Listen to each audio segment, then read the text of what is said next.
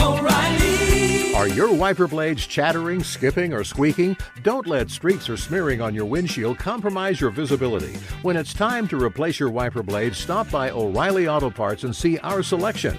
Our professional parts people will even install your new wiper blades while you wait. Stop by O'Reilly Auto Parts today.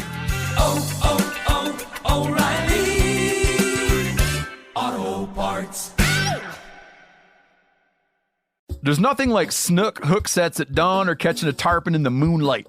Find your next fishing trip made easy on fishingbooker.com and experience the magic of the Sunshine State or any other destination on your fishing bucket list. Book a blue water adventure in search of sailfish or go snapper fishing with the kids. With over 6,000 captains and trips to choose from, planning your next one just got a whole lot easier. Download the Fishing Booker app on the Google Play or App Store, or visit them online at fishingbooker.com to book your trip today.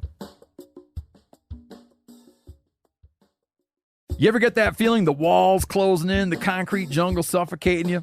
You crave some wide open spaces, the chance to connect with nature, maybe in a spot all your own. Well, head over to land.com.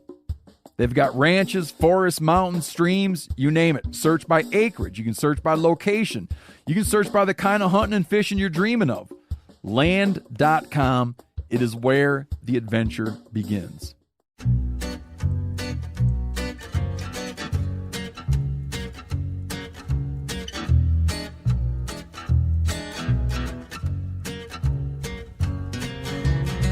I guess I grew up on an older road. Hey, everybody. Welcome to episode 133. I think that's right. Phil's not here. I'm alone. Joe Farinato's here. Was that right, Joe? 133. Well, I'm pretty sure it's 133. I feel like that's right. Hard to say, hey, listen, I don't have COVID. I'm back in the office, back in the studio. Phil's out recording with Steve Rinella, who is basically just stealing him from me. I think they're recording with Tom Brokaw. I don't want to break any news, but they're out at Tom Brokaw's ranch, I think, right now, recording for the Meat Eater podcast. So again, Joe, everybody's leaving me. Yep. Phil left me. Now you're leaving. I'm leaving. I'm leaving you. What's up with that, man? It's something that I did? Yeah, actually, it was pretty much all you. Okay, well. Pretty much all you. I hated coming to the office every day and seeing you. Thanks for the honesty. I really appreciate it. Joe is leaving to go work.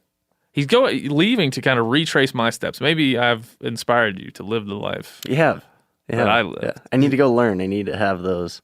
Yeah, he's taking a new job at a publication you might have heard of called Peterson's Hunting Magazine, where I once served as an editor. Yep. And so we're happy for you, Joe. Congratulations. I appreciate it. I'm excited for the new opportunity, but we're sad to losing leave. you. We're losing you. Oh, it's really sad. I wish I could do both. What if you could just keep coming in here and just be on the podcast? You're not going to get paid for it. No, but just come in. But you here. like hanging out with me and Phil enough to just come in, right? Yeah, I like that. I would do it. All right. Well, call me whenever you want me. Whenever you need a Jamie. I'm here for you. I'll be texting you in the middle of the night. Hey, man, Google this. Google this. Are you recording? No, but I want you to Google it for me. I can do that. Do you have any last words? Is there anything that you have been thinking about that you want the seventh most people in hunting podcasts to hear? Seventh ranked hunting podcast. Seventh ranked. Is there anybody? It might be 6 by now. I just think it's interesting that people actually listen to it. Yeah. Thanks for that. Yeah. I'm just kidding. You and Phil, you bastards. This really doesn't help with my ego. No, I think it's great. Any last word? Anything that you've learned over your time at Meat Eater? Anything you'd like to say about maybe like Steve Rinella or how he is? Anything? Man, what are you there's so much. There's so much. I've learned so much. I think the biggest thing I've learned is keep an open mind, listen, especially when you're in a situation where you don't know what you're talking about. Just shut up, listen to the other people in the room, and learn something. Which most of us don't know most things. Yeah, exactly. Just putting it out there. Yeah. Even if I don't know 99% of the things about hunting, and I have a podcast talking about and that's okay because you bring in all these amazing guests that offer different points of views, different different bits of information that are really good for everybody to learn from. It's a good point you make, Joe. It's a good point. That's probably the best thing about podcasts, is because people listen to a great conversation, and you're pretty much a part of the conversation. Yeah. But it doesn't allow you to have that outlet to jump in and. Yeah. Well, shout out to a guy named Dane Acevedo from Idaho, because he won the back 40 contest that we did last year with Mark Kenyon and Steven Ranella. And I was talking to him about his win. He's like, dude, this is weird. I feel like I've had lots of conversation with you, but we've never met. Well, we've never met. I was like, well, that's weird for both of us. Yeah. It's weird for both of us. But anyway, today's podcast is all in celebration of Joe and all your days here at Meat Eater. You got married. I got married. You got to mention that. Yeah. And you got a ring made out of sheep horn. Big horn sheep horn, which sounds really weird to say. Well, listen, I think it's cool, but just know that's kind of on the edge between being cool and being douchey. Yeah. So I meant to say that to you. Hey.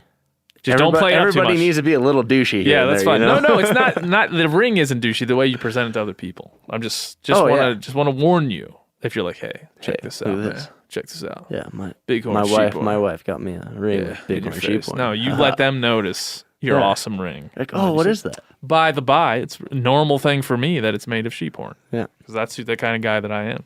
Exactly. Anyhow, today we're gonna we got a lot to do today. We're going to have a non-discussion about an important topic here in a second.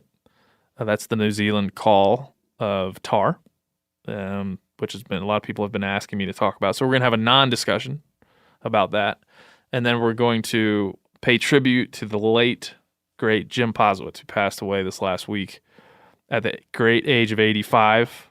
That's a sad time, but also a good time to celebrate this man, his life. Listen back to some of the words he told us in episode 44, and I think we'll close the show with a story from Jim, because he's a great man and he did a lot for us. But before we get to that final tribute to him, we're going to talk to James Tantillo, Dr. James Tantillo, an ethicist out of Cornell, who was also part of Jim Posewitz's Orion, the Hunters Institute, which was focused on hunting and hunting ethics. So as a greater tribute to Jim, we're going to talk hunting ethics. We're going to talk sticky situations. We're going to talk crossbows. We're going to talk baiting. We're going to talk about all these things that Jim kind of waded into in his books like Fair Chase and the other things that he wrote along his storied life. And so rest in peace to Jim Posewitz, a great man, a big part of this show. I had so many people over the weekend who found out his passing text me or write and talk about this show and introducing him a year and a half ago to a lot of people, and those people being affected by his writings and his thoughts. And I think that's probably just a microcosm of who that man was and what he meant over the years that he was able to impact the hunting community the way that he was. So thank you for everything, Jim. Godspeed. And we're thinking about your family, and we're thinking about your legacy. So we'll keep on keeping on about that. Take a little moment. Sorry, I got a little emotional there. But, man, you know what, Joe? When I was thinking about Jim Posewitz, I was thinking, here's a guy who was on my podcast. I had a chance to have several conversations with him. I knew that he had a legacy that meant something to me. But then when he died, I was like, man, it meant more than I thought. Because it was just a man I met in passing through kind of a professional circumstance. And it's not like I went to his house and, hung out with him every weekend. But when he died, I'm like, man, there's a message in his life that kind of ends here unless we keep talking about it. So I think the weight of that, it got me a little bit emotional, Joe. A little bit emotional. I get that. I got emotional, and I never even met him. But like you said, I think his legacy, his teachings will live on through people like you who have had those conversations with him and, continue to push his ideologies and share it with the public. Yes. So at the end of the show, we're going to do a little outro, and then we'll play our favorite clip from his appearance on the show, which is him telling the story of generations in the womb of time in version of him running into a father and two sons on the mountain. It's a beautiful story. It invokes some tears from Jim at the time, and so hopefully you guys can all listen to that after we hear from Dr. James Tantillo on hunting ethics and reflect a little bit as we are right now. But we're going to get to New Zealand, a country that I love, a place that I love. Great place. Never been there, but I think it's a great place. I'm hoping you go. I hope that Peterson's hunting gig. Attention, if right Mike there. Scobie's listening right now, David Draper, if you're listening right now, all Joe's new bosses, send him to New Zealand. I wouldn't say no. It's a wonderful place. It's one of my favorite places in the world. So I want to address this New Zealand tar culling issue in a way that I'm not even going to address the actual issue at all. I like that. See if it works. Inadvertently address something. You'll like it. Here's what I want to say. I am going to continue to think about who I can have on, how we can dive into this topic. I know it has nuance. I know that it has levels and layers that I'm not aware of. I don't live there. I've visited there 3 times. I've shot 1 tar. I was a part of a contest to send me there to hunt tar with hopefully one of you here next year once these COVID restrictions die down. That's my experience with the animal in the place. And I was telling Joe earlier, I feel like I'm a proponent of more game animals in more places. And that's kind of the general way I look at it. But there's a complexity to the situation in New Zealand that I don't want to miss. Now, all the hunters that I know, all the outfitters, all the guides, the Tahr Foundation, everybody down in New Zealand that has written in, and it's been a lot of you, so I will give you all the credit in the world for feeling very passionate about this. And I promise I'm not rejecting your passion or rejecting the need to talk about this. But what I am saying is I do not desire to get caught up in one way of thinking or desire to just repeat one side of the issue. So there seems to be, Joe, some speed with which we should have talked about this because I think we've missed the vote already on the Tahr Cull proposal. Yeah, they accepted the proposal, so I'm not 100% sure what that means again, but it has been accepted, quote unquote. I would say in general, I want there to be tar on those mountains. There is some very apt comparisons to what's happening in Olympia National Park with the goat call this year, which we can talk about as well. I want to craft a whole episode about this. I think I struggled to think whether this is a national issue. This is an issue for us because it's in New Zealand.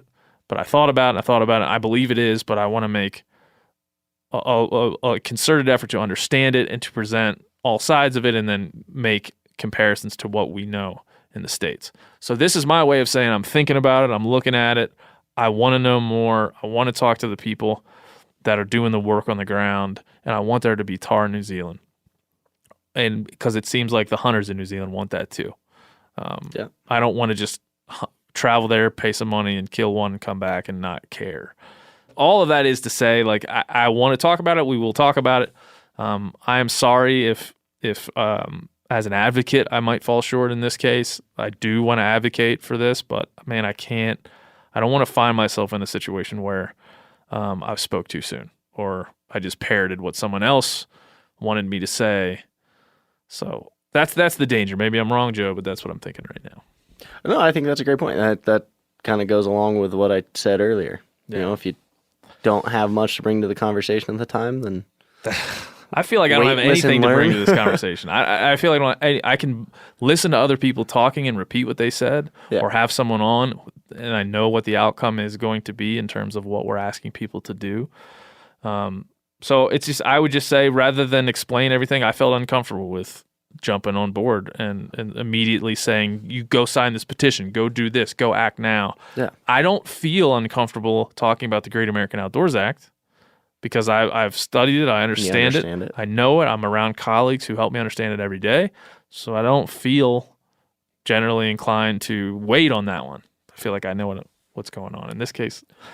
Well, that's the good thing about putting together a show for it, doing the research, getting people, talking to the people on the ground, doing that, really understanding it. It's kind of our duty as hunters and conservationists who care about game animals everywhere, not just in the U.S., like as people who care about conservation. And like you said, you're a proponent for more game animals everywhere. Yeah, I mean, I love hunting tar, and I will, if I get a chance to do it again this next year, I will do it. But there's no situation in terms of wildlife management on the scale that we're talking about in New Zealand that's not complex and doesn't have things that need to be knocked down and explored a little bit. So that's what we'll hope to do in the future. We'll talk to as many people that want to talk to us. So if you have an opinion or someone you think we should talk to like this about this issue, the New Zealand Tahr call, that can help shape a good perspective and a good presentation, then shoot us a note, thc@themeteor.com, and we'll talk about it, man. And we'll explore it, and we will find a way to kind of include that in the conversation that we're going to have coming up. And again, apologies for the lack of timeliness, New Zealand hunting community. I know there was, people were asking. That's just where I landed on it.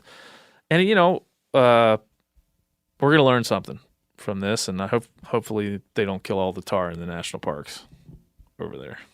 Hopefully not. Fuck, man, that'd be awful. It would be a bummer. And they're not going to eat them if they kill them. No. Well, it's just kind of like the goat cull here. Yeah.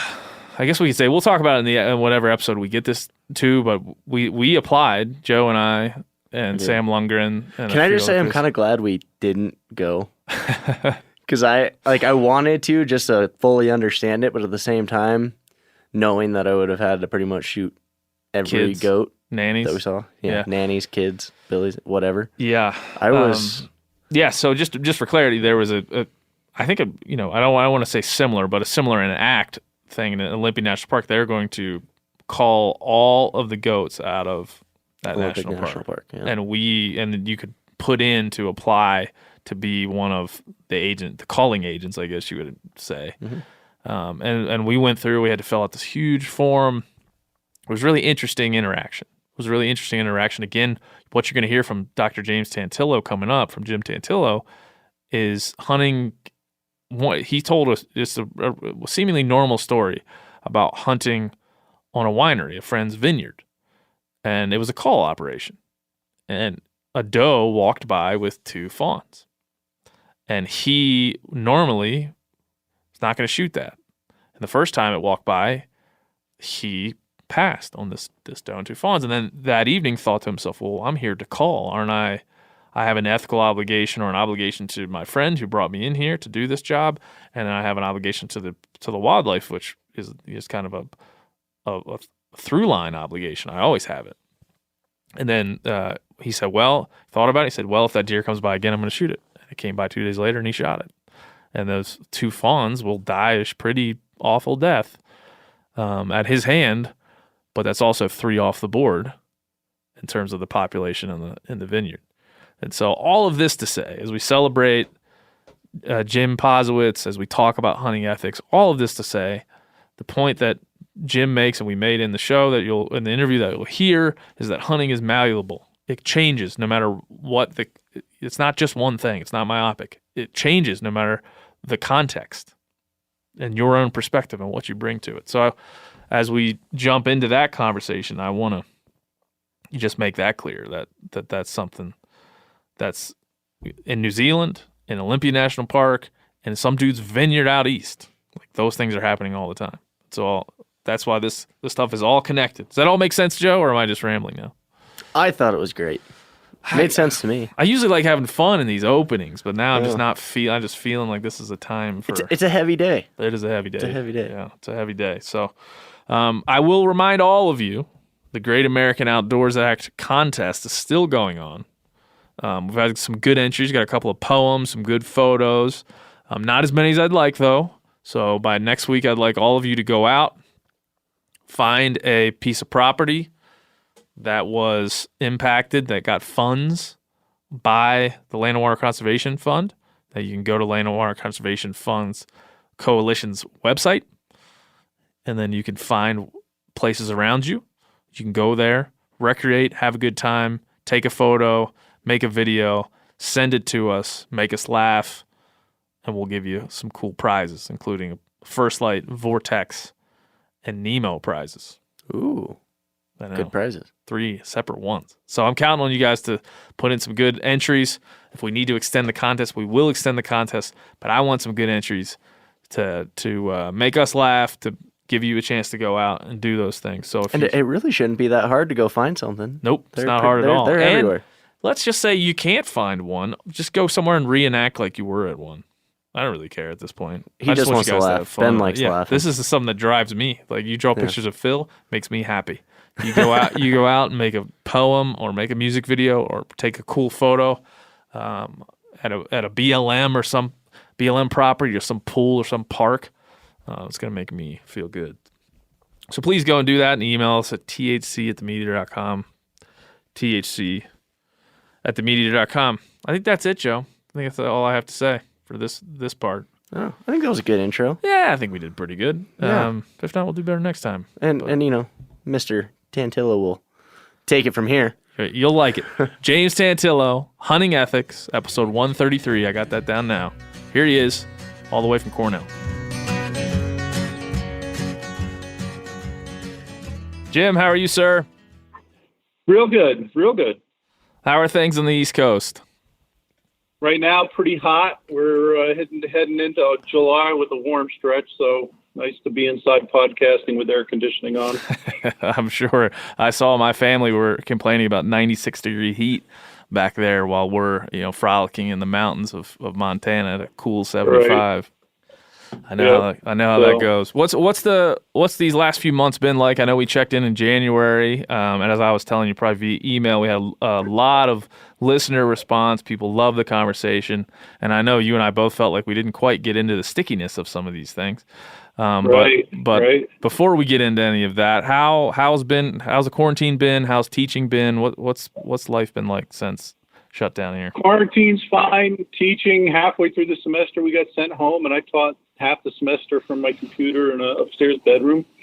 But it went well, and right now the university's trying to figure out what they're going to do in the fall. But on the home front, we've got a new bird dog. We got a new 2-year-old German short-haired pointer who's a litter mate of our own 2-year-old female, and the two of them together are going to be dynamite this fall. We're really looking forward to hunting them this fall. GSPs are becoming a thing, huh?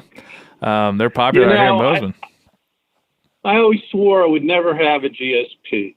I always had English setters. I'm an English setter guy. That's the one true correct way to hunt, is with an English setter and a double gun, preferably a Parker, all that 16 gauge. But these German short-haired pointers, they're pretty fun, I gotta say. I've never hunted behind one and had a bad time. That is for sure. Well, I'm glad to hear you're still teaching and still thinking about hunting, because I sure am. Yeah. Before we get into some of these ethical conversations that folks so enjoy, I know we spoke before this that you had a relationship with Jim Posewitz, who passed away just a few days ago, and I was glad that on the 3rd, on Friday. Yeah, I was glad that we had this call set up prior to learning about his passing, but I'm glad that we get to talk a little bit about him with you, because I know you were part of Orion the Hunters Institute and had a relationship with him for decades. So if you want to take a little time to speak about how you came to know him and what you thought of Jim. Sure. My relationship with Jim dates back to, I believe, the late 90s. I think in 1998, Orion and Jim had put together this 3-week course on the history, philosophy, and ethics of hunting at Montana State there in Bozeman. And he actually paid for my tuition for that course. So I went out there and met, people like Mary Stang and Claude Evans, Ken Barrett, Ken Tarasotti, and others. And that was just a real formative experience for me to be immersed in that topic about the history and philosophy of the hunt. And it was at a time when I was fishing around for a new PhD topic, and that's what I settled on. That's what I ended up writing my dissertation on, was the philosophy of hunting. So really, Jim is all right in there. I mean, he's a tremendous inspiration, tremendous sense of humor, close personal friend, and I'm very, very sad that he's gone, but he lived a very good life, a well-lived life. Absolutely, and a huge impact. I'm extremely jealous of you being in a room with the likes of Jim Posewitz and Ted Tarasotti to talk about the philosophies of hunting and ethics. It was great. Yeah. I mean, we're going to play some of past interviews with Jim here coming up, and some of the things that we enjoyed about his philosophy. I mean, what do you, in terms of hunting ethics, which we'll talk about, and the philosophy which you mentioned, what does Jim mean what legacy does he leave behind for all of that?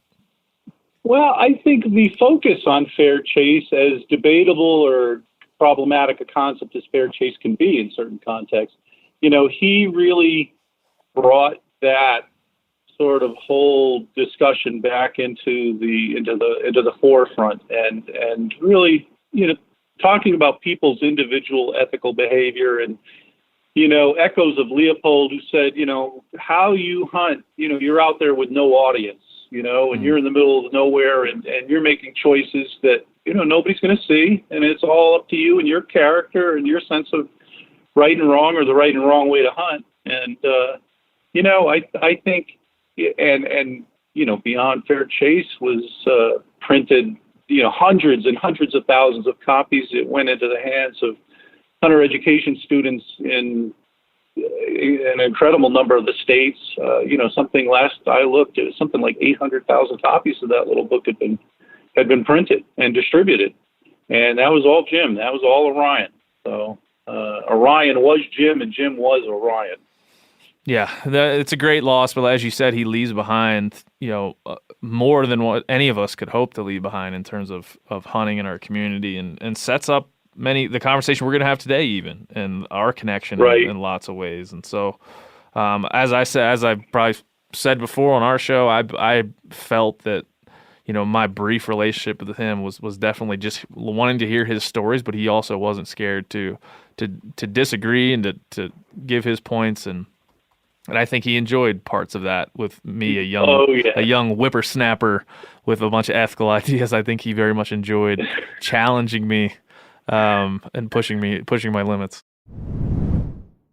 O'Reilly Auto Parts are in the business of keeping your car on the road. O'Reilly Auto Parts offer friendly, helpful service and the parts knowledge you need for all your maintenance and repairs. If you're confused about what part you need, like what wipers are going to be the best, what replacement headlights are going to be the best, go into O'Reilly and talk to the people that work there, because they're great and they're super friendly, and they'll get you squared away where you walk out knowing you got the right thing.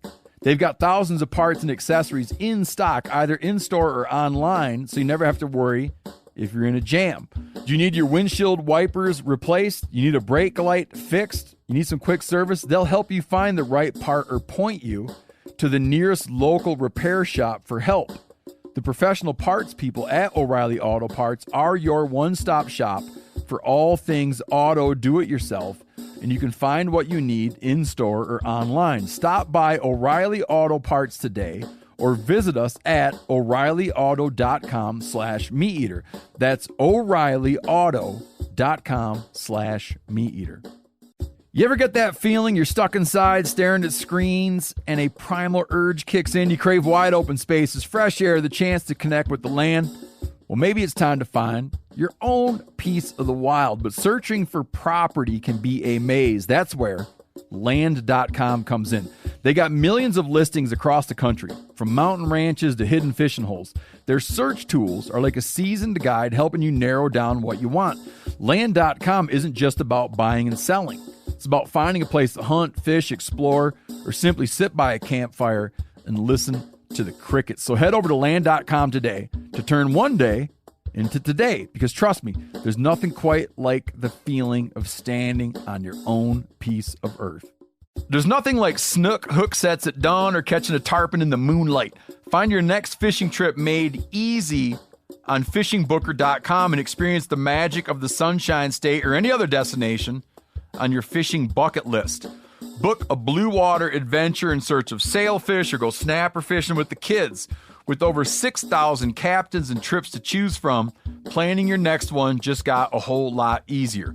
Download the Fishing Booker app on the Google Play or App Store, or visit them online at fishingbooker.com to book your trip today.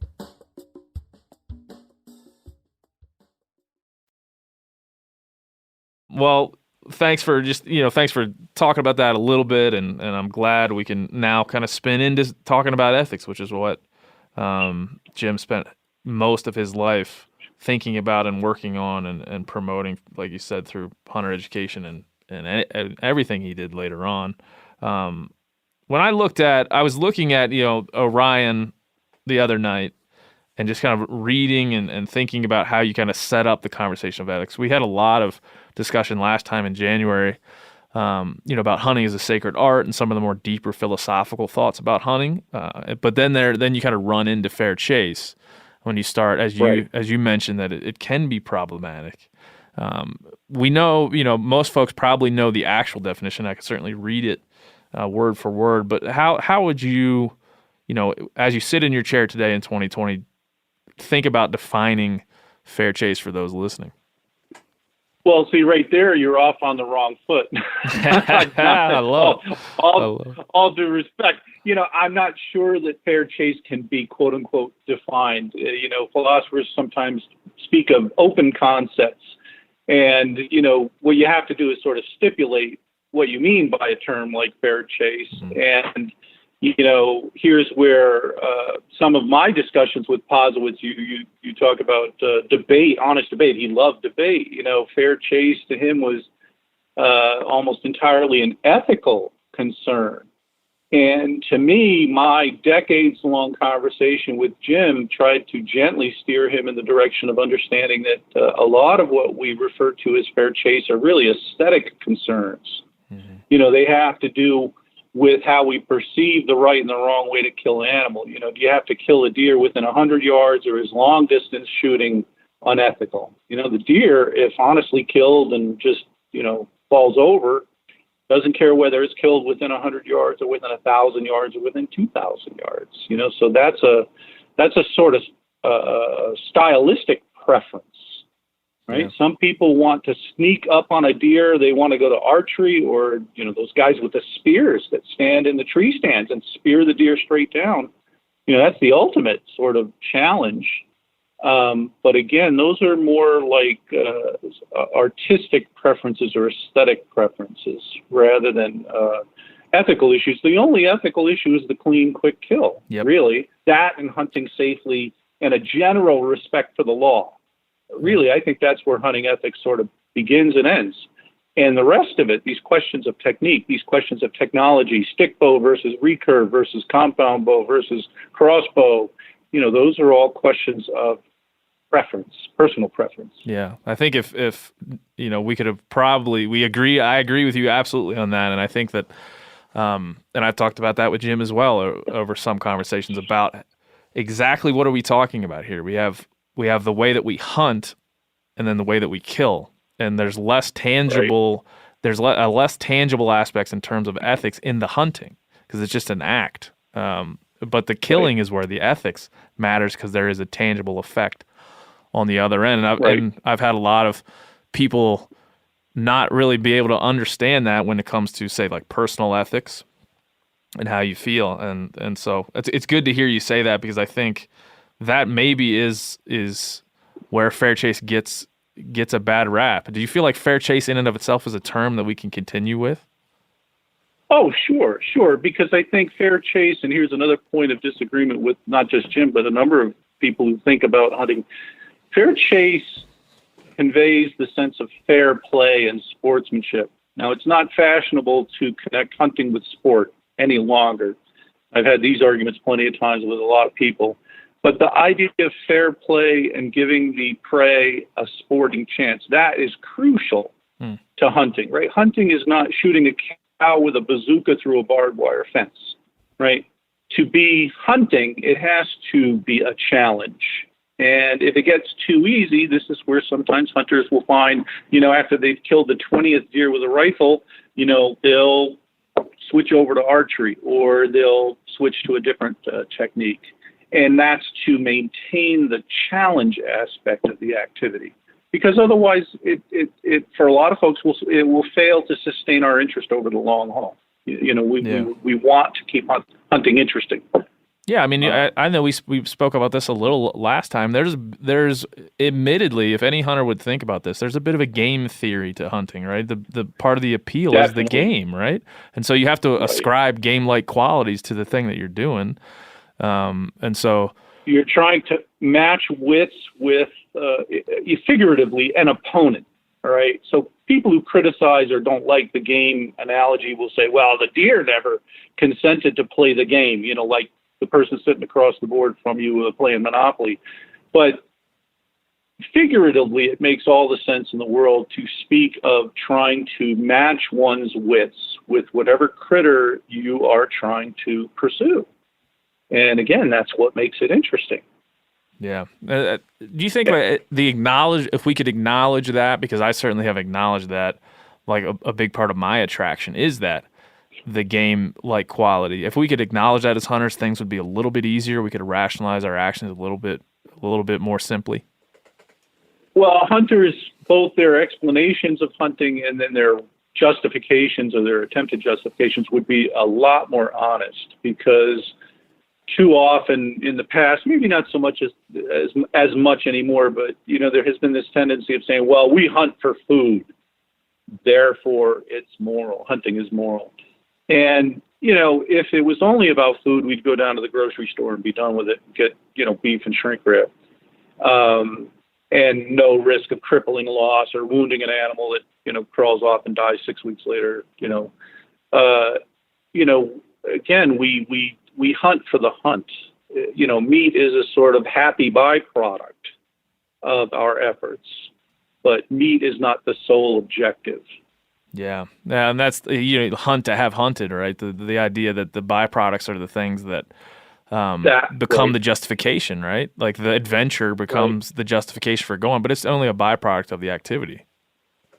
Right. The enjoyment of the activity, really, and you can't single out one purpose versus other purposes. I mean, it's a multifaceted activity that's complex. That's why people enjoy it. But primarily, it's the enjoyment that motivates people. Who else, wants to get up at 3 a.m. and schlep their decoys and waders out to a blind before dark and, in thigh-deep mud and silt and say, yeah, I'm having a hell of a time. Yes, you are enjoying that on some level, even though it's, pouring rain and, the mosquitoes are biting you. And, so the enjoyment is not just a sort of happy, hedonistic, I'm having a great time, but it's a much deeper, nuanced, complex type of deep satisfaction. Yeah. So something that strikes me a lot about that part of the conversation is there's been a shift for me. I would say for me personally, and I know for people around me, there's the intrinsic value of hunting, the thing you're doing just because it feels good to you and that you are getting something from it, and then the extrinsic value of like, what are people going to think of this? What's this do for me? And as a guy who has a podcast in the business and has a social media account, that the mixing of those two things is torturous for me. And I know that's a lot of people have mentioned this to me. Have you thought a little bit about how social media and in media of any kind, TV shows, podcasts, have kind of mixed these things together where we're addicted to kind of showing ourselves hunting, and it maybe rips away a little bit of that intrinsic pleasure? I think this is a risk for anyone who tries to turn, what in essence is their avocation into their vocation, their job. It's one thing to do something because you love it, right? Which is the root of the term amateur, right? When you're an amateur cellist or you're an amateur softball player, an amateur hunter, you're doing it just for the love. The root is amour, I guess, of amateur. Mm-hmm. And then you turn it into something where you're going to make money at it, and all of a sudden it becomes a business, and your motivations become profit. Your motivations become, can I get the kill on camera? I think that does taint the experience a little bit. I think folks that I know that are in the outdoor media, Karasody, I think, if you were to ask him, he'd probably admit to that, or Randy Newberg or others, if you pressed them a little bit deep down. I think I wouldn't be surprised if they felt some of that. Yeah, I've not had that conversation, Randy, but it'd be interesting to do that. And, I work at a company where that's the goal of some of the younger individuals that walk through the door, or people out there that are listening that might think they want to work here. And that It's their dream to have a Netflix television program where they get to go hunting. It's not quite as simple as that. And I felt the tinge of going out and like, well, if I don't get a turkey this year, I won't have anything to post on social media or write about, and then I'm not doing my job. Like, well, that sucks, because failure at my job shouldn't be included in my hunting experience, but it is. Right, because it's what they say about fishing. Even a day without fish is a good day fishing. You should feel that way about hunting. Every day you're out in the field, whether you come home with something or empty-handed, that was a day that you didn't spend, chained to your desk. So, and here's where you get into the various theories about stages of hunters. When hunters are young, generally speaking, they have trigger itch and they want to kill, and then as they mature and get older, they're less concerned about filling the bag or the kill and are more interested in technique. And then some hunters, when they get to the end of their hunting career, they rarely pull the trigger because they're simply enjoying the moment. Yeah.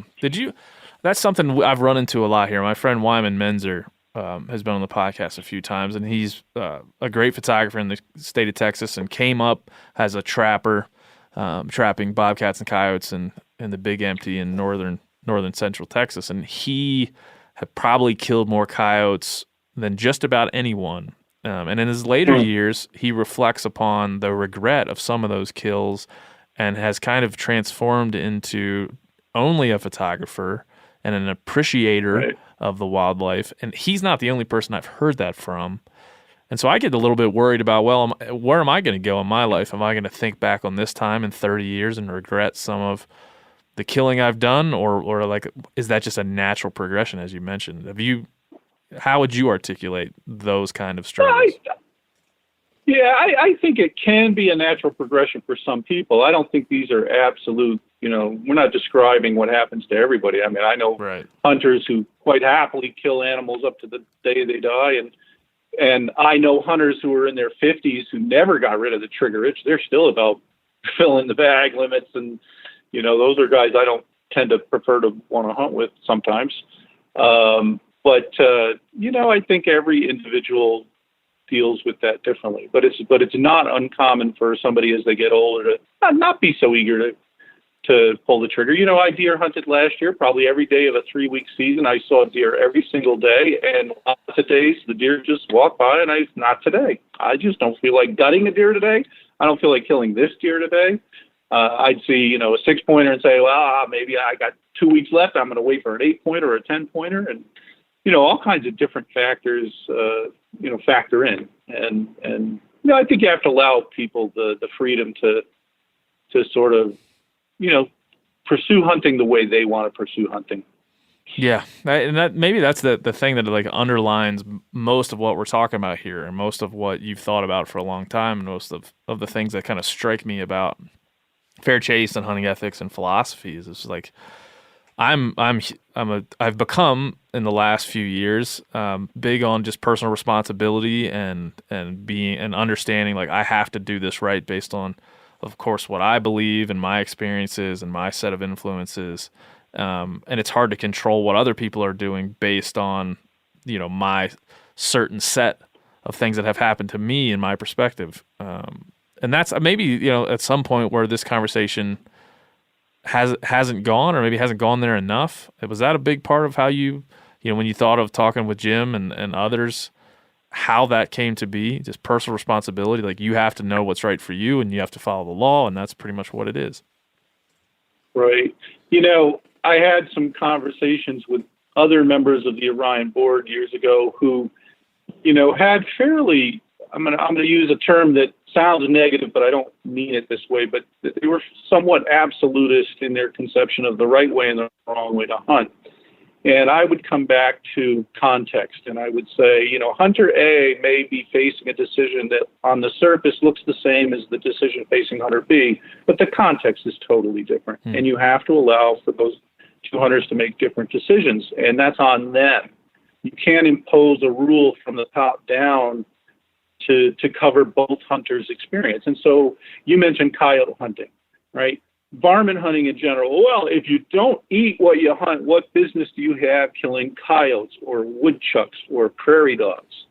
Now, for a hunter whose only motivation or whose motivation is largely meat, they don't understand varmint hunting, right? But for other people who actually enjoy the challenge of shooting coyotes or calling coyotes or woodchucks or prairie dogs, meat is not part of the context, right? There are other facets of that activity, though, that draw those people in and that provide them with satisfaction and that deep joy, that enjoyment. And, again, I think we have to allow for the different experience of different hunters. And there you get into the semantic squabbles of, well, those guys who shoot coyotes, they're not even hunters, or they're slob hunters. They're not true hunters. And, all of that I just think is a sort of civil war that's in the long run more damaging in hunting than just letting people have coyote, contest, or that's another aspect of it. Yeah, the contest. yeah. I got a very long email the other day from a listener who had to know my opinion on coyote contests. That was the thing that they had to know about, and whether or not they were going to continue listening to this particular program hinged on whether I agree. And it wasn't like I wasn't allowed to give a nuanced answer.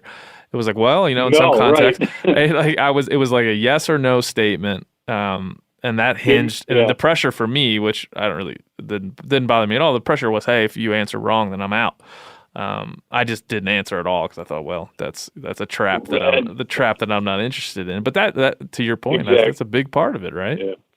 That's a big part of it. I mean, you're at a university, an Eastern university, kind of in the middle of a changing culture, I would say. I mean, or at least for sure at this moment in time, there's a cultural war going on where speech is being examined in a way we've not seen before.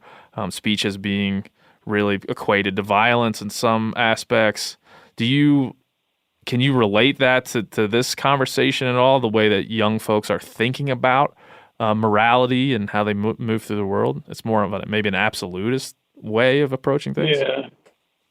Well, you would think so, and hunting has had sort of this overall bad reputation in urban circles and suburban circles for decades. But surprisingly, maybe we touched on this the last time we spoke, we have a lot of urban kids coming to a place like Cornell, and they want to learn how to hunt. And there, some of their motivation has to do with the connections to the locavore movement and, getting your own food and the perceived health factor of eating an organically wild deer versus, a factory farmed, a cow. So I don't know. I think right now the jury's out on where this particular period of time that we find ourselves in the last 6 months or year. I don't know how that's going to play out in the next 2 or 3 years. I don't have a crystal ball. But, at least what I've seen in the last, half dozen years or so, I think there's a much more open-minded attitude among young people toward hunting, fishing, maybe even trapping. Yeah. Yeah, I think so too. I would reflect that as well. As much as many media outlets kind of present this, certainly, like I said, a culture war, certainly this discord to a level that I've not seen in my young life, but to the level that's presented as kind of this battle. When I think about hunting and I think about how open people are to these discussions, even the one that we're having, even the one we're having as an entry point to hunting or to the thought of hunting, I only see positives, and maybe that's the bubble that I'm in, or who knows. But I agree with you 100%. I've had more people that are open to, hey, let me start thinking about hunting, but first I want to sort through my own personal ethics and sort through what I think about killing, and then I'll get to it, rather than the other way around, which is how I experienced it.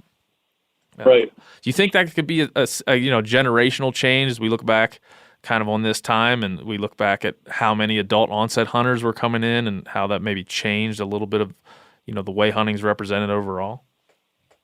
Possibly. I don't know if it's the adult onset, which is an awkward phrase. But, maybe we can come up with a better phrase one of these days. I think it's I think it's the decline in the militancy of the animal rights / animal welfare movement. 30 years ago when I first got started in academia, that was all the rage, and 80% of your undergraduates coming into a place like Cornell, all they cared about was animal rights. And I think while animal rights and animal welfare is still there, it's not, in the foreground, and it's not sort of a dominant view. I think, animal rights and animal welfare are sort of victims of their own excesses. As philosophy, animal rights philosophy really doesn't hold up. It's and I think people are not dumb. They sort of gradually or eventually figure that out, and so perhaps that's contributed to the more open-minded spirit that I sense right now from say students. Yeah, I know we talked about that a little bit last time, but I too have I've talked to animal rights activists and people that really pride themselves on getting arrested to try to save animals and factory farms, and I've talked to them and I've explored the ideas with them, and I've sat down and critically thought about my own views and how biased I probably am against what they think, and it's just logically, objectively, there are too many holes in the approach, and it's such an absolutist way that I just can't get it, man. And in fact, the more that I've looked into it, the more I think it's completely ridiculous, to be quite honest. I mean, some of the ways it's taken. Yeah, I'm in agreement with you. For the most part, there are some very good philosophers who do animal rights theorizing, but by and large, they're not the ones that the activists are reading or influenced by anymore. Yeah, I will tell you that I have. There's a gentleman named Paul Bashir out of where's he out of Australia, I believe, and he runs a group called Anonymous for the Voiceless, and they came and protested one of our live events last year, and I got to follow him. We got to follow him on social media, and a lot of the discussion there was one question that they asked. And I have to fight the urge just to unfollow and block it out. But I want to hear these things. One of the questions they asked, it was a Q&A session, and somebody asked, what do I do if my family members continue to eat meat and won't listen into my animal rights ideology? And the answer from a leader of a pretty large animal rights activist group was disassociate from your family. I was going to say disown your family. Yes. Oh my God. Yeah. That's what he said. I couldn't believe it. I couldn't believe. I would never want to collect a group of people into an organization of any kind that would tolerate that type of thinking. And that's what they're doing. They want people. They want people that believe in it that strongly to be a part of their. Yeah, and that's a failure of ethics and a failure of character. And the character problem there is if you were to buy into that framework, you've lost all sense of proportion about what's important in your life. Yes, animal welfare is important, but your family's more important, and that seems fairly uncontroversial as a statement to make. Yeah. I think that's part of it. I think animal rights will never go away, but I don't know that it will be as influential as it was, say, in the 70s or 80s. Yeah. I mean, that's good to hear. Like I said, I've found myself wanting to challenge it more, but only just challenge it from like a personal level. Like, this is the kind of person you want to be. This is the kind of worldview that you like to adopt. This is the kind of way you want to move through the world. Right. I think you'll look back years from now and say, man, I wish I wasn't as militant. I wish I would have been more reasonable, things of that nature. So, I think we should definitely. Last time we got into the conversation as we are now, and we forgot to get into the sticky hunting debates that you mentioned. And there seem to be so many of them within the world. And I've said this on the show before that I've had more. I'll just say it out flat out, hate from the hunting community than I have from the anti-hunting community, over opinions on things, personal preferences on things. And so I guess maybe before we get into some of that, I want to talk about baiting and wanton waste particularly. But before we get into that, what's been your experience? We've talked about this a little bit before. What's been your general experience about how we engage in these type of debates within our community? Right. Well, baiting, I was going to jump on that because even though I just got done saying animal rights has sort of faded into the background, animal rights organizations are still a significant threat to hunting. So take the Humane Society of the United States, who has had an active program against baiting in a variety of states. And I got involved in the state of Maine about 15 years ago. The HSUS sponsored a ballot initiative, to ban baiting of bears in Maine, as well as hounding bears, the use of dogs to pursue bears. And they framed it as an animal rights initiative. Now, I went up and gave a variety of talks, the Wildlife Society chapter up there, the Nature Conservancy, and I pointed out, among other things, the contradiction of their own position. If animal welfare is your concern, there's probably an argument that could be made that when you chase a bear in the woods, there are certain stresses to the bear from being chased. But you can't apply that same logic to the pile of jelly donuts that offends the animal rights activists in the middle of nowhere, where a bear comes in, has his nose down in a pile of beets or corn or whatever, and a hunter from a blind 30 feet away can make the choice to either shoot or not shoot, aim carefully, take a deliberate shot at the heart, and if all goes well, the bear falls over, right? That's the dictionary definition of a clean, quick kill. So to say, well, this is a welfareist initiative that we're trying to prevent animal suffering, you can't have your cake and eat it too. And so I would make that argument, like you're describing with some of the hate you get from your own listeners. I got a fair amount of that kind of, heaped on my head. The baiting issue is fantastic. It's just really interesting, and that goes for deer, it goes for bear. It's made more interesting, right, in the time of CWD, and then in the time, like I said, if you try to first take baiting as a separate issue of the hunting, right? How do you feel personally? What's your personal preference in terms of how you interact with animals? I'd love to hear how you think about this, but I think many times in a tree stand setting where I'm sitting still, I get as much, if not more, enjoyment out of that than spotting and stalking through country. I love them both. It's hard to even compare them, but I'm not one of those people that say, well, I can't sit still, I want to be moving. I really enjoy kind of every aspect of sitting and watching and looking, and so I'm not going to use that as part of my personal preference argument around baiting. Is that how, I think that's maybe the first thing you can say. Like, is it your personal preference to sit there and watch a pile of corn? It's not necessarily a negative for me in terms of my personal feeling about it. Yeah, here again is where context crucially matters. If you're, baiting deer, it's one thing to make an argument that we should bait deer where I live, where there's probably 20 or 30 deer per square mile. Right, and they just stroll out on the lawn, and you can just watch the parade all day long. Versus up in the Adirondacks, where there's maybe, a deer every 2 or 3 square miles, where the use of some sort of attractant, a lure, and that's really all bait is. It's a lure. It's akin or analogous to decoys. So if you're really against baiting, you got to be against decoys too if you want to be consistent. It makes sense in the Adirondacks, at least. There's a viable argument that could be made in a way that doesn't make sense in the context of where I live in, downstate in the Finger Lakes and the southern tier. So, those kinds of considerations matter. If you have a health concern about CWD, yes, that's going to factor into the calculation, right? That's not a calculation that applies to bears. Bears are not like deer. You shoot a deer and in the heart and it goes off 50 yards, it's still going to fall and you follow the blood trail and you find your deer.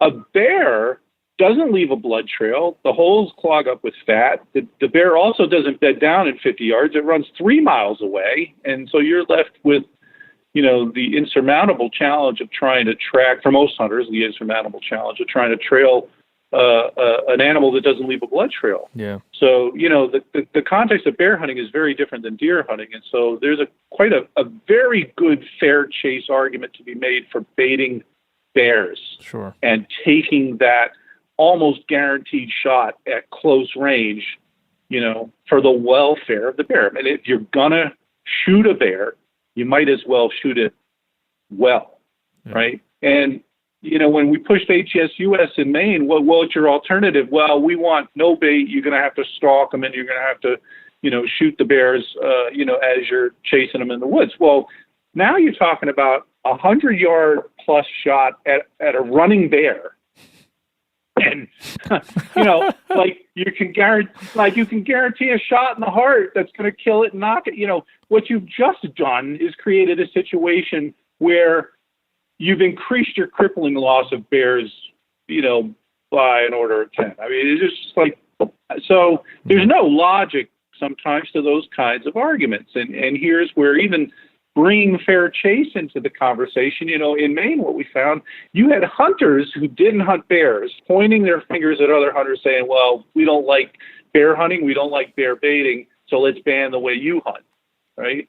And their hunters were their own worst enemies, rather than hunters being tolerant of other hunters' personal preferences and preferred styles of hunting and forms of hunting. Hunters got enlisted by HSUS to eliminate baiting, and that's the divide and conquer strategy that HSUS and other animal rights organizations are quite effective at doing. Yeah, I mean, it's a great point as illustrative of the larger issue that I was bringing up. There is that we are generally more apt to argue with each other about some of these things than we are to band together and to fight against someone who's trying to take one small thing away. Again, back to the coyote contest reference. Like, well, if you're into coyote contests, I'm not going to listen to you. If you aren't, then we're friends. You're like, well, I'm not. When I started this podcast, I probably had more hardened views of some of these ethical situations and some of the fair chase conversation. Now I've softened them because I have learned more. I've understood more context, and I realize that's not a great way to move through the world, let alone the hunting community, is to say like, hey, this is what you must adopt to be part of this doctrine. It's really, that's almost an impossible thing to do, especially on baiting, on the version of baiting. The disease vectors that are happening in a pile of corn for deer are totally different than what's happening for bears. Not to mention sexing a bear. Not to mention, is it a male or female? Right. The joke being like the only way to know is to look through between its legs. That was the point about hounding. Arguably, I think hounds for deer probably subject the deer to a greater amount of stress, I'm generalizing, than hounding a bear. And a bear gets tired, it climbs up in the tree. Well, there you go. You look up at the tree, you sex the animal, you judge whether it's a large enough animal, whether you want to pull the trigger or not. I was friends years ago with a Montana biologist who came to our department. He's now a professor at Michigan State. And he said that, he went along with people mountain lion hunting in Montana. And he said the first time somebody would go, they'd probably shoot the lion. The next year they'd go, they'd pass on shooting. And he said it was the closest thing to catch and release hunting that he had ever experienced. What you have are basically first-time lion hunters or bear hunters who, they want to experience it, they want to kill it, they want the bear rug or whatever. And then the second time, they're more about the thrill of the chase. And there's that cliche notion, but it's the hound music, and it's the following the hounds through the woods, whether you're using GPS or horses or, riding a Jeep. It's that total experience.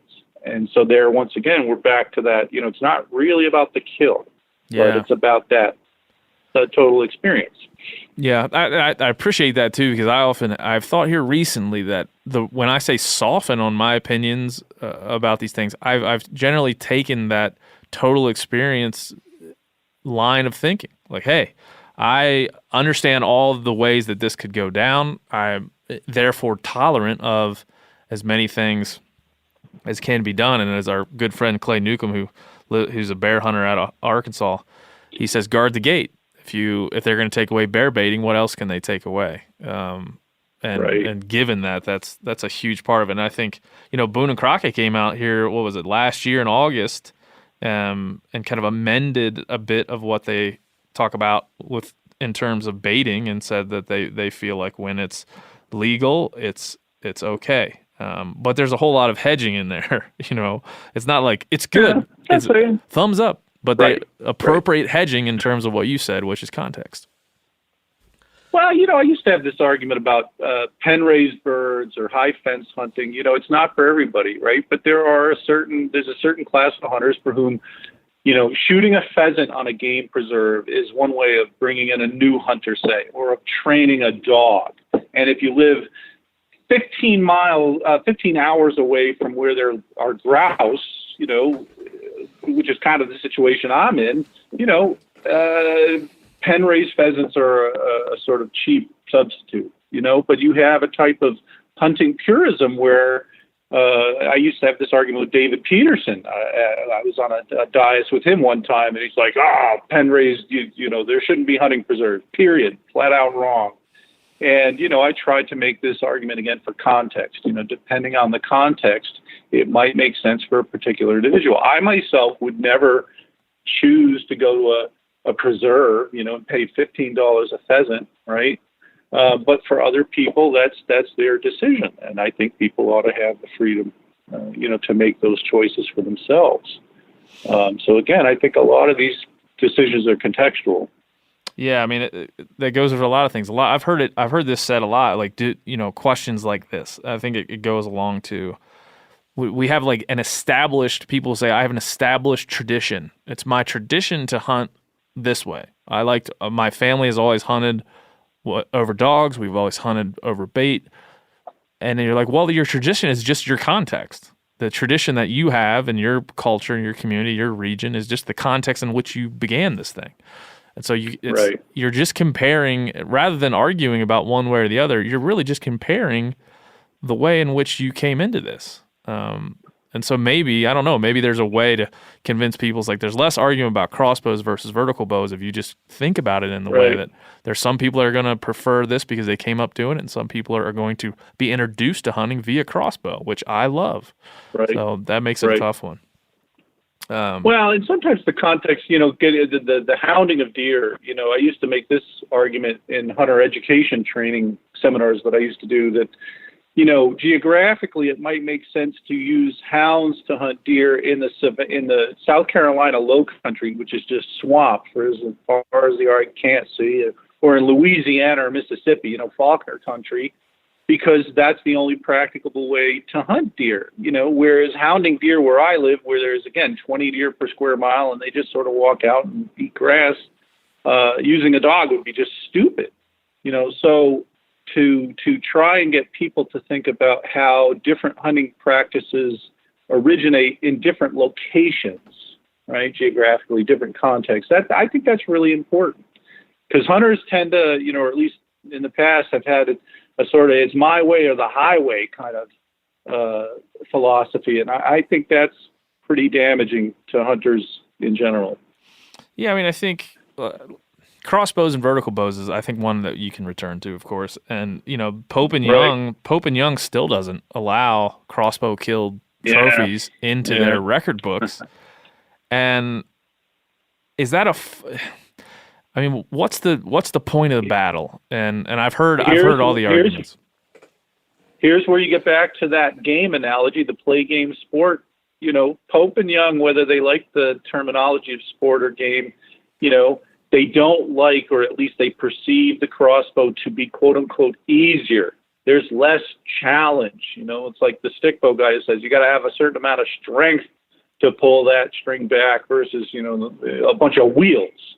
And that challenge, that preoccupation with challenge comes out of, again, hunting as a type of game or play activity, right? We are playing at our primitive sort of ancestry. You know, we're reenacting pioneer times. You know, what Leopold talks about, the Daniel Boone values or Davy Crockett values, however he puts it.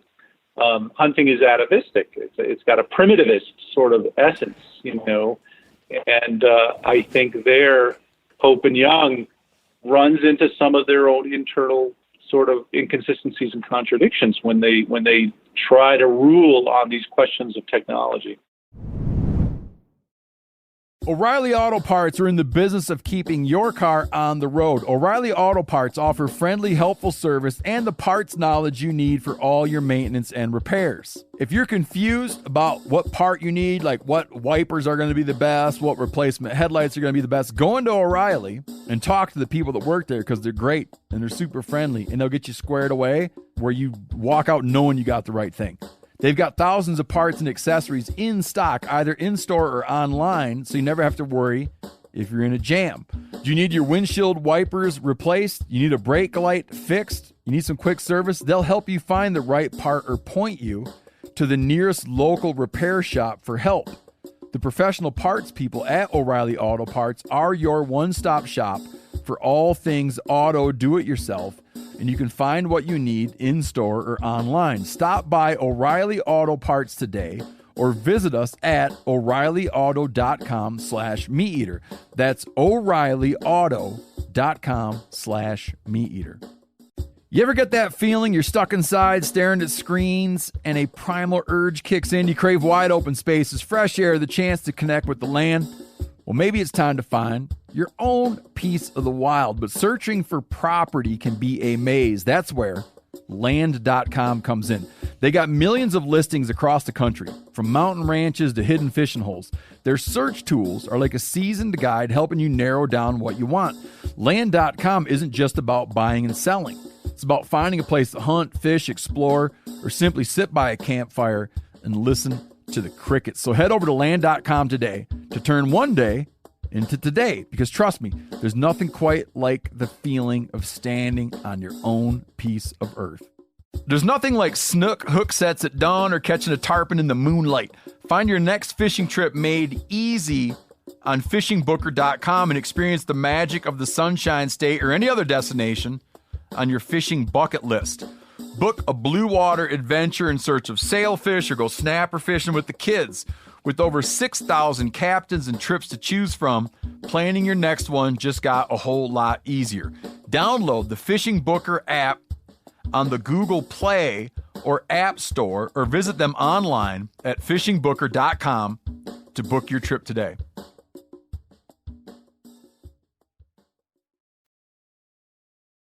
And those questions of technology bleed into our wild systems of managing wildlife, into our wildlife conservation, whether or not, the argument is oftentimes, well, if we allow crossbows, then we get more hunters. And if we get more hunters, we have more harvests. And we get more harvests, we have less time to hunt, or we're restricted in some way.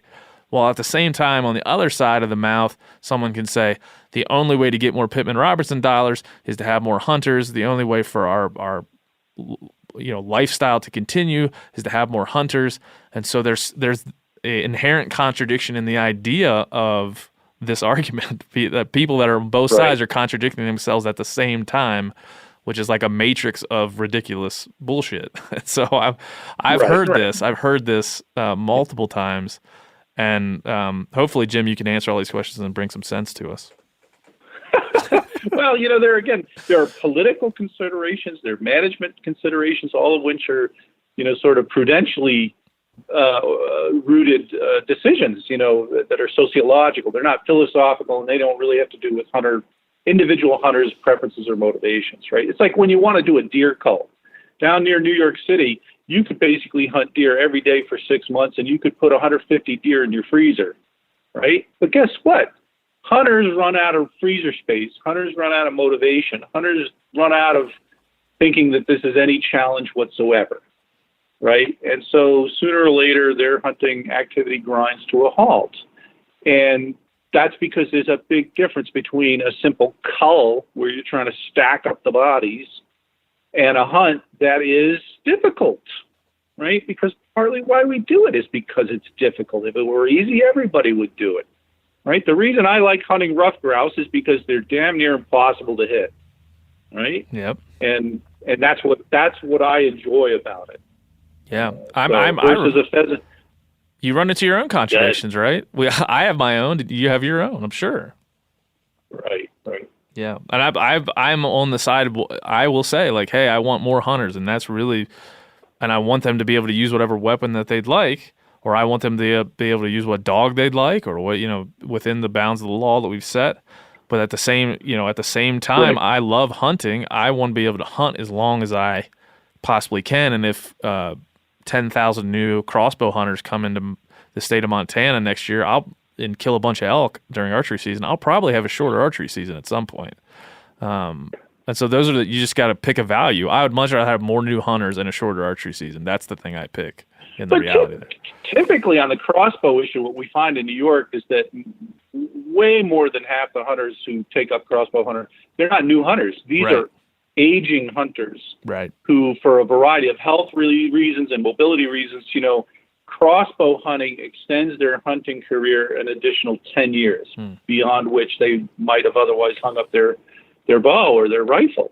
Why is that a bad thing? Here are people who've paid their dues for 40 years, paid for a license for 40 years, and now all of a sudden you're going to deny them the opportunity to continue hunting into their retirement years because you're a snob about crossbows. That's not fair. Yeah. That's not ethical.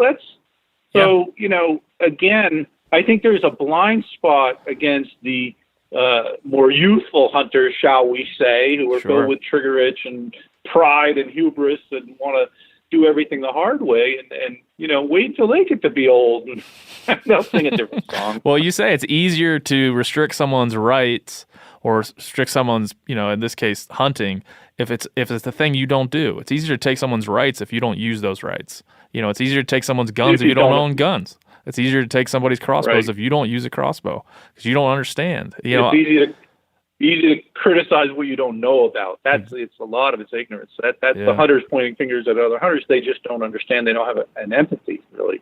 Yeah, and I think maybe there's a bit of a psychological trick that happens when you start talking about tradition. You start, depends on what tradition and depends on where and depends on what you want the outcome to be. If you don't want there to be crossbows or you want to ban, GSPs, you talk about the tradition of English setters and how that's a tradition you don't want to lose, and people shouldn't have these GSPs running around all, working birds and doing these things, looking at different. With 5-shot autoloaders. Yeah. So it becomes this weird thing that I think hunting has allowed itself to get into the murk on. Maybe it's hard for us to get out of at some level. We certainly have built a club around. We've built the Pope and Young Club is like a purist club. It's a club where some people are allowed and some people aren't. That's certainly problematic. Yeah, I don't have much of an opinion on Pope and Young. I can't decide who is better or worse, Pope and Young or Boone and Crockett, but I probably should just shut up there. I don't mind. I might as well. You might as well just push one of those buttons because I think it's just problematic to have position statements on these things that act like they are going to reflect everything. That's the part where I get off the bus at some level. Organizations like Pope and Young or Boone and Crockett, it's a little bit like what you were talking about, the media. There's a self-interest for the media to make money and to get clicks and to sell papers. And a non-governmental organization like Pope and Young or Boone and Crockett, they have a self-interest as well. They've got to keep their membership up. They've got to keep their budget up. They have to keep in the public eye, and they have to keep their lobbying efforts going. So they have to generate interest in what they do. And, some of that is not really necessary or essential, when all is said and done for hunting. Yeah. And so I think we need to sort of separate out what some of those groups have to do just to stay alive versus what really matters to, the regular hunter. Yeah, I think that's a huge, and that's a discussion we can have without saying we're not canceling Boone and Crockett or Pope and Young. We're saying what's the value here? Right. It's okay to have for the club to say this is what we believe and this is the kind of people that we want to have come in and be part of our club. But it's not the thing that I would argue against is having that be, dictated to other hunters. The Pope and Young Club is the way that has to be. Jim, what do you think about antler point restrictions in terms of, how we restrict hunting or how we restrict how people hunt and then what the outcome generally is? There are ecological reasons for wanting to do antler restrictions and to encourage hunters to harvest more does, things like that. On the other hand, limiting hunters' choices to big antlered bucks excludes them from being able to just shoot, a yearling forkhorn or a spikehorn. And there may be hunters whose motivation is purely meat who prefer that 1-year-old deer. They don't want a stringy 6-year-old buck. And so here again, by taking that sort of freedom of choice away from hunters, antler restrictions, while well-intended, can actually have a sort of coercive effect on a certain segment of the hunting population. Yeah, and I think a lot of the things we do for for the wildlife populations have those effects on the hunting population, and vice versa in a lot of ways, of course. And so when I think about that specific point, I try to. This is the way that I've developed into this. And again, I'm sure you would agree with this or have an opinion on. I started at a certain point when I was a kid, how I thought about hunting, as we've discussed, kind of the stages of hunting. And then, as I've really become entrenched on why I do things and what really am I after here and what really are the values that I'm pulling out of this and applying to my life, I've changed and become a little bit more thoughtful than I was before. And acknowledging those changes in myself, then I have to try to say, like, how do I apply fair chase and philosophy and my own personal ethics and like, what's my own way to approach this? And quite simply, I've developed the idea that I really believe wholeheartedly in the North American model of wildlife conservation. I feel that it is really the best example, the best expression of what we do and why we do it and what the benefits are and what the structure should be. And then I've kind of started thinking about this idea of fair kill rather than fair chase, where I need to start with the fairest kill because I can affect how fair the death is with how I act and how I train and what I do. And then maybe I'll address some of the more fair chase issues or some of the more personal hunting preferences and the actual act of hunting later, but I have to start with the kill. And so that's where I am today, this moment. And that I'm sure that'll shift and change in the next decades. But is that, what would your reaction be to like that approach? I don't know that I'm leaving fair chase behind altogether, but I certainly am focusing on our model of conservation and the killing as the things I think I can best kind of articulate. Well, here again, this is a great topic because individual preferences and your individual choices as a hunter will evolve over time, but societal values will also shift. So you mentioned the North American model, which is premised on 100-plus-year-old history of selling licenses and limiting, access to game and bag limits and whatnot. That model may not work anymore in an era of overabundant prey populations, like, areas where deer are overpopulated. And when you have declining hunter numbers and declining hunter recruitment, you have a lot of game agencies, particularly in the eastern part of the United States, trying to figure out, how do we kill all these damn deer? And privatizing the market for deer meat may be one solution that game agencies are going to have to pursue, even though that flies squarely in the face of the so-called North American model of conservation. And we know that game sales work in places like South Africa or in England. You go on the glorious 12th of August and you shoot a bunch of grouse, and then they go down to the pub and they're consumed by people who buy them in the pub. So we have these rules that are 100 years old that say you can't sell deer meat, but we may have to change some of those rules. And hunting 100 years ago had to do with making the best of a bad situation where game was scarce. So you played up the challenge and the sportsmanship and the fair chase. Now we have too many game. We want to make it easier. So we want to open up technology. We want to allow rifles and shotguns and compound bows and crossbows and, allow baiting and have long seasons and no limits on the number of does you can kill. And there's a societal, that's a societal shift. Yeah. Right? That's a great point. I think of the 7 tenets of the model as I think about them. I have to pull them up so I don't miss one. But like wildlife as a public trust, I think that's probably something that will stand the test of time, surely.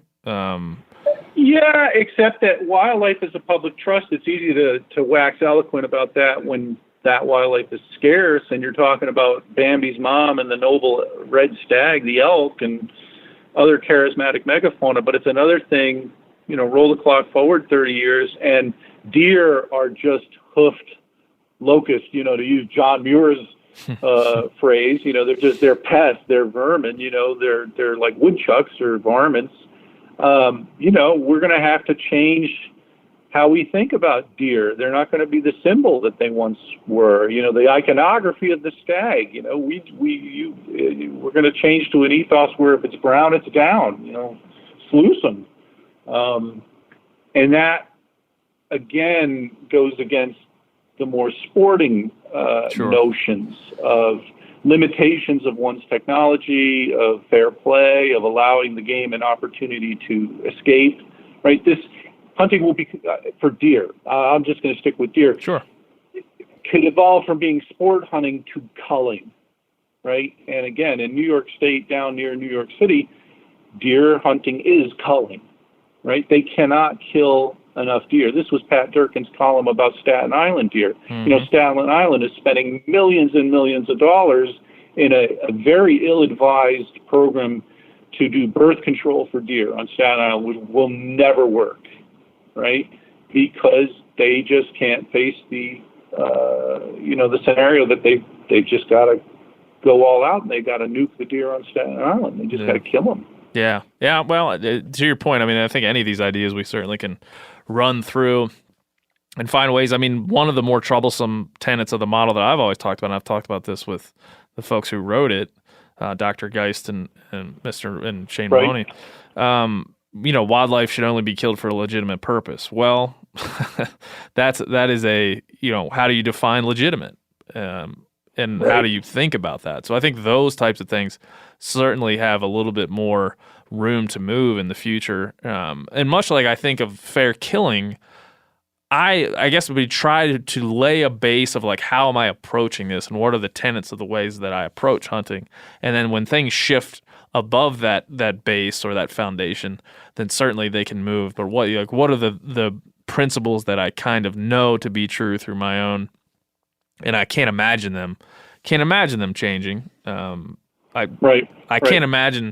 can't think of a time where I would completely give up on those ideas and think that, well, times are going to change, so I have to shift and move with and be progressive. Like, well, there has to be some, kind of foundation here.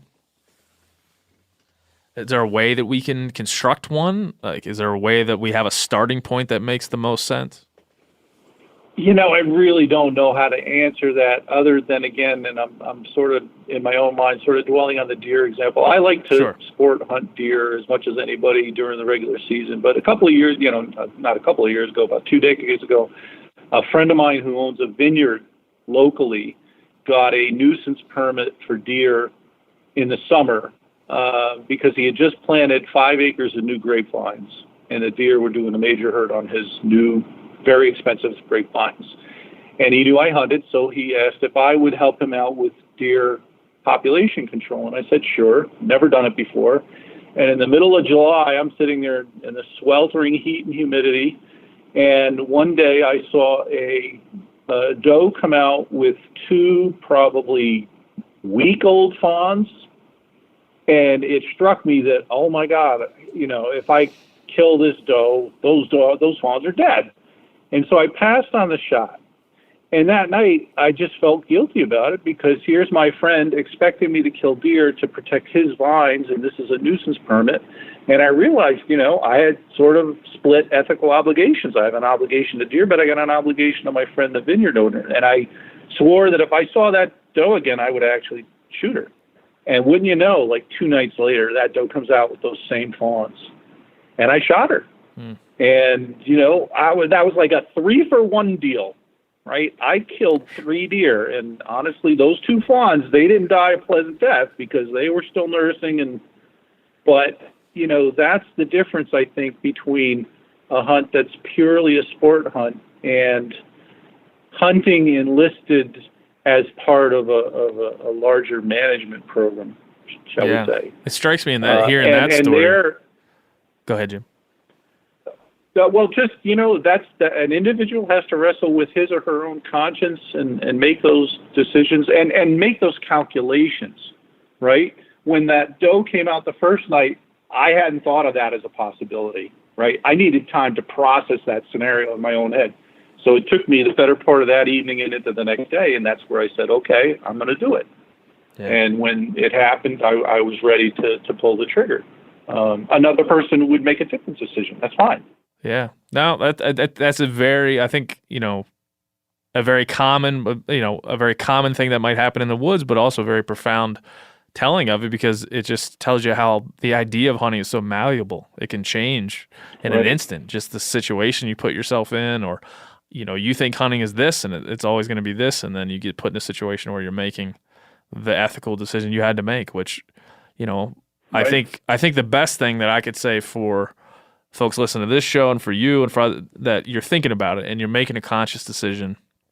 You're not being forced into it because of a tradition or because of a certain way that people are doing it around you, kind of a social restraint. So being a thoughtful individual in the woods making these decisions, I think is with that personal responsibility seems to be the way where at least we're getting somewhere. And these ethical, moral conversations that become confounding, for sure. Right. And I've always suggested to people when I've done hunting talks that I actually honestly believe more hunters, more often than not, are thoughtful. Yes, there are the few slob hunters out there that are reckless and are not safe, but I really think they are in a tremendously small minority, but they get all the press. They're the ones that are in the newspapers and who get arrested for poaching and breaking laws. And, by and large, most hunters are safe, they're thoughtful, they're reflective. I really believe that. Yeah, I believe it too. And we've had a vegan, I call him a vegan philosopher, but he's a vegan philosophy professor out of California, Robert C. Jones, and him and I have some very friendly debates about veganism and animal rights and hunting and where all these things go together. And he asked me that off the air after we finished recording our last conversation. He said, "Man, I'm really impressed with you. You and everybody at Meat Eater, very thoughtful. And I just have an honest question. Are you the minority? Because it feels that way."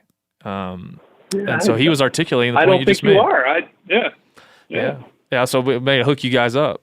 he's a college professor in the West. You're in the East. You guys can talk about it. And you can articulate that point to him because I think it's an important one. And he is a very well-meaning, a friend of mine. I enjoy him immensely. And I think he was never exposed to someone that thought hard about this and therefore is kind of like doggedly giving, well, there are hunters that think like this, but it can't be all of them, as he kind of rationalizes his thinking, his prior thinking. So it's definitely an interesting way. So I'll hook you guys up. You can be like, no, they're most of us. And I do think it's true. And even the guy who emailed me about the coyote contest, at least he's thinking about it and taking a stance. And talking through it with people around him, whether he was doing it the right way or not. I try to, in trying to maybe close up here and thinking about new hunters, whether they're the dreaded term of adult onset or they're coming into it like I did maybe at the age of 12 or whatever. Is there a way that you would address the new hunter that's interested in the topic of hunting ethics and thinking about whether to pour a pile of corn out for a deer or thinking about that? Is there a way that you would just address them and tell them, the most healthy way to kind of approach the conundrum? Right. Well, I think we touched on this last time as well when we spoke. I think that sometimes new hunters come into hunting and they go straight to big game and they go straight to deer hunting, and that's an awesome responsibility to, put the 12-year-old behind the trigger and, shoot Bambi's mom or a buck. And I think we ought to get back to encouraging youthful new hunters to do small game hunting first, squirrels, rabbits. Not that those forms of life are cheaper, but it's one way to hone your skills as a youthful hunter and really develop that ethic of a clean kill. Try to get that squirrel to drop out of the tree and not move. And the same thing with a rabbit. And to me, I think that would be where I would start. And I think the ethics will follow, right? Because I think you have to go about squirrel hunting in a certain way to be good at it. And it's excellent practice for deer hunting. It's excellent practice for deer stalking, really. So I think that's part of it. Yeah. And I also think there's less machismo, and I think there's less hubris and less arrogance and pride. I don't think anybody who's youthful is going to get all wound up about killing, the biggest squirrel in the woods or the most squirrels in the woods. I think you can bring a young hunter in that way and inculcate a kind of humility. Whereas if you go straight to big game and you're hunting Moby buck and you're just turning it into this high stakes activity, then that's where I think young hunters get kind of a warped sense of what hunting is, because it's not all, big buck, big racked bucks. Yeah. Yeah. I would just say, like, remember that intrinsic part. Remember that part, because there are so many other influences out there that are going to pull you in different directions. This was my argument with Peterson about, hunting preserves. That, again, they're similarly low stakes, right? It's a sort of contrived situation, but it's an ideal place to work on a young hunter's ethics and safety and gun handling and how to move, in a line with, if you're doing a drive or whatever, versus what can be kind of an anarchic situation out in the woods. So I don't know. I don't really have a good answer to that question other than, we have to just continue to hope that hunter education programs do their job and the young hunters have reflective mentors who can bring them into it the right way. Not everybody does, and a lot of times people, have to be self-taught. And here's where, it's a great thing to have these kinds of podcasts or YouTube videos done by the right kinds of people, showing it's not all about kill, but it's about how you hunt. And, so I think it is possible now in this day and age to sort of be self-taught. It's a little easier than it was, say, 20 or 30 years ago when there was no YouTube. Yeah, we see that a lot. I had somebody bring up to me recently, why are you always saying it's about the experience and not about the kill? Why is that a refrain? I said, well, it's only a refrain for me personally, because when I grew up, it was all about the kill. Like, our culture centered in the 80s and the 90s centered around the kill. Right. The hunting community. Right. In the magazine, I was part of it. In the magazines and the videos and kind of the products, that's what it was. So I'm only saying that to say, like, that's certainly a great thing. Killing a big buck is fantastic. I love doing it. But I'm only saying this kind of as a reaction to, as a symptom of, trying to present the things that I know to also be true. And maybe level set things a little bit for folks coming into it. Right. That's certainly. Yeah, but we have to allow the youth to have their day and to be immature. I mean, that's also a good thing. I wouldn't go too hard on young hunters. Well, we had a conversation in the office earlier about what would I tell my 25-year-old self, about a certain situation. I said, well, my 25-year-old self probably would give me the 35-year-old of the middle finger. And say, fuck you. I ain't listening to you. It's so, there's some hubris in expecting people to kind of approach it in the way you want them to at a young age. You would have said, okay, boomer. Yeah, and I'd be like, okay, boomer, shut up. I'm going to do it my own way. I'm 25. Right. My brain's just about finished fully forming. And so, exactly. So there is some hypocrisy in preaching this idea that I would never have gotten to if I wouldn't have experienced life the way I had, hunting the way I had. So, and I think that's, and again, that's why I find this compelling. That's why Jim Posewitz, I'm sure, found this compelling, and why you find it compelling, because it's just full of these things, these side roads to explore, and our own contradictions are kind of baked into this, and our own, motivations are baked into this. So I know personally that's why I love these conversations. I love having you on for that reason, because you just don't know where it's going to go, and you learn a little bit something about yourself every time. Yeah, it's a lot of fun. I appreciate the chance to talk to you. Well, absolutely, Jim. We'll stay safe out there on the East Coast, and I am definitely going to, when we can get back to traveling again, I'm going to call the great Pat Durkin, as we were talking about before we hit record, and we're going to get in you, and him up in a Wisconsin deer camp that has very few deer, and see where it goes from there. That's a date. I'm there. Okay. All right. Thanks, Jim. Sounds good. Thanks, Ben.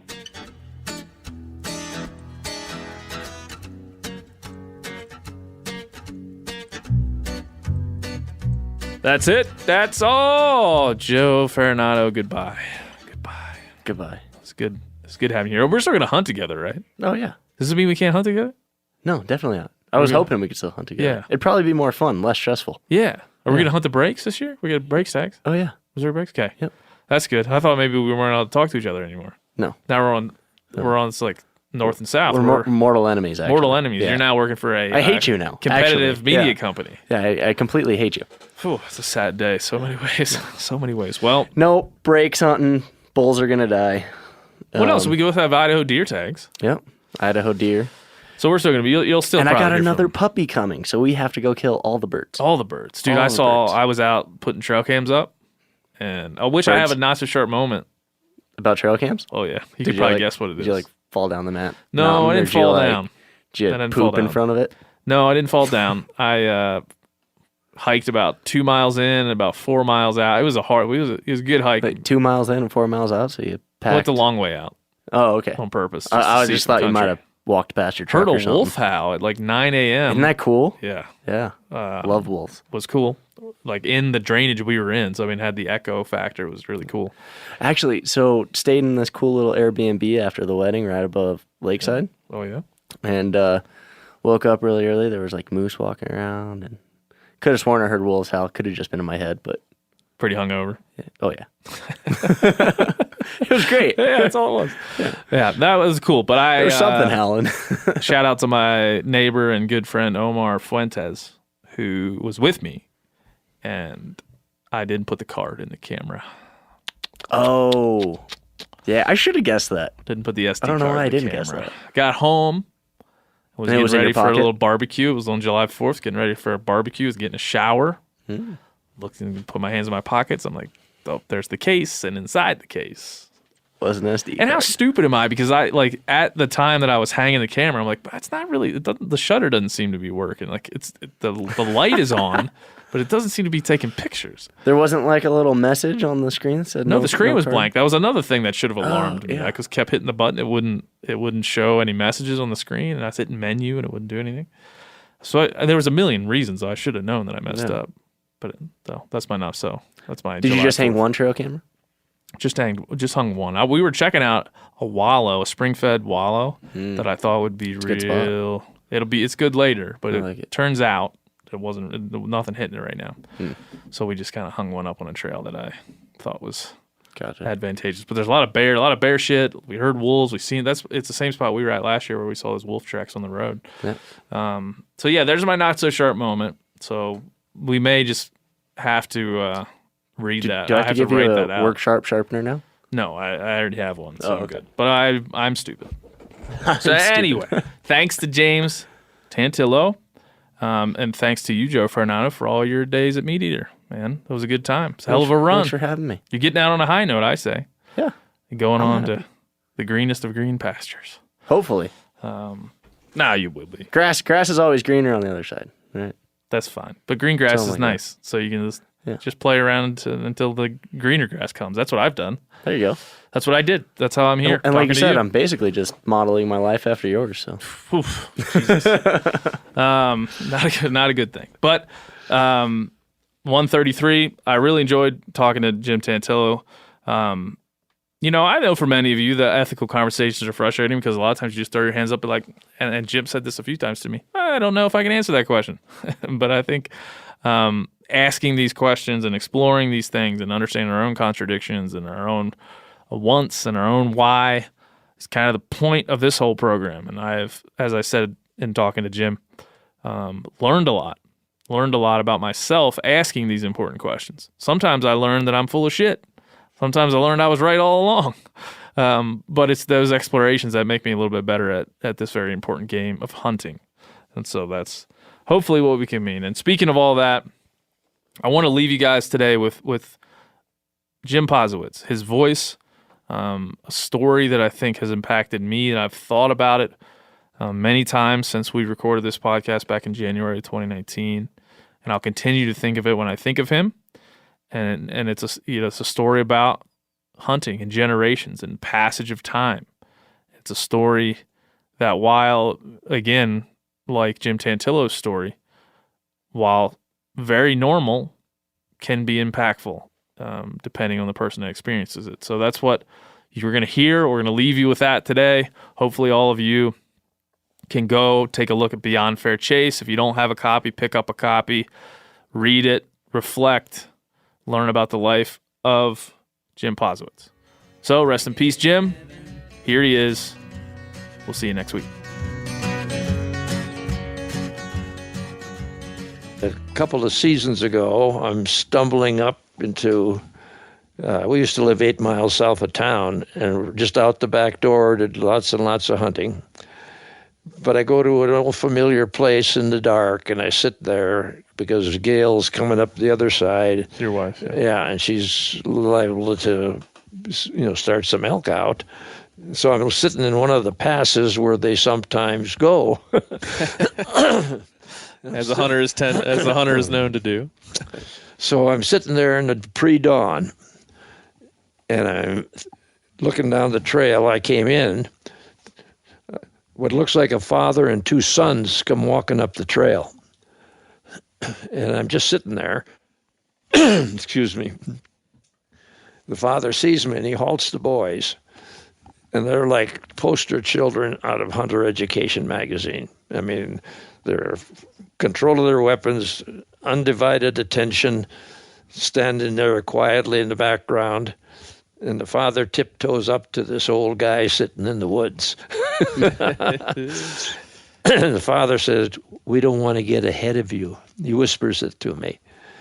And I look, and I'm thinking, here I'm sitting on the national forest, public lands, in pursuit of a restored wildlife population that's available to anybody. And the first 3 guys I meet want to defer to me. Yeah. And I said to and I'm thinking of Theodore Roosevelt talking about the generations within the womb of time is what he called us. Well, there were 3 generations right there. This old guy, me, the father, and 2 sons, what I took to be 2 sons. Yeah. And I look at the situation and I say back to the father, "I think I know what I see here, and I want you ahead of me." And then he says, "The youngest boy can shoot a cow if he sees one." And I give him a smile and a thumbs up, and the kid's face lights up in the dark with excitement of that moment. And in his anticipation, his excitement, and just, again, I lean on Roosevelt. We do these things for the economic well-being of the people, but there is more. They also add to the beauty of living and therefore the joy of life. And there I was looking at the joy of life shining in the dark. Yeah. And I thought, holy mackerel. Well, and all you've experienced in your life. Yeah, and then they walked it. up, and then they walked ahead. I sat there and I bawled. I was so emotionally moved by how this all fits.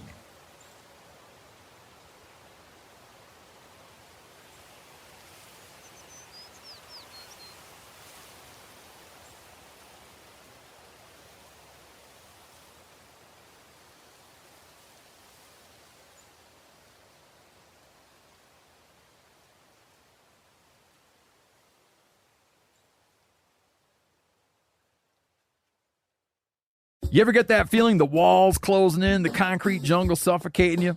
You crave some wide open spaces, the chance to connect with nature, maybe in a spot all your own. Well, head over to land.com.